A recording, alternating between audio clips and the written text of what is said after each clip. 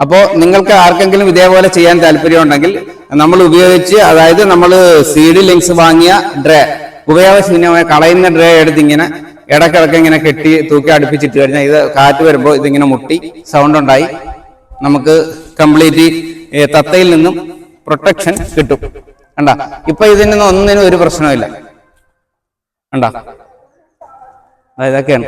കണ്ട, ഇതിപ്പോ നമ്മള് ഗ്യാപ്പ് ഫില്ല് ചെയ്ത് ഏകദേശം ഒരു 5 മീറ്റർ 4 മീറ്റർ ഡിസ്റ്റൻസിലൊക്കെ ഇങ്ങനെ ഇട്ടേക്കുവാണ്. കണ്ടാ, ഒരു കുഴപ്പമില്ല.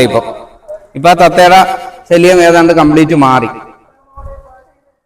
കണ്ടാ, ഒരെണ്ണം പോലും കടിച്ചിട്ടില്ല. കണ്ട, പയർ കിടക്കുന്ന കണ്ട, നമ്മുടെ പയറൊക്കെ എന്ന് പറഞ്ഞാൽ നല്ല നീളം. ഇത് റോക്കറ്റ് പയറാണ്. നമുക്ക് അഞ്ഞിക്കുരി പയറുണ്ട് വേറെ, പക്ഷെ ഇത് റോക്കറ്റ് പയറാണ്. കണ്ട, ഇതെല്ലാം ആ തത്തയുടെ ആക്രമണം കഴിഞ്ഞ് പിന്നെ പുതിയതായിട്ട് വന്നുകൊണ്ടിരിക്കുന്ന പയറുകളാണ്.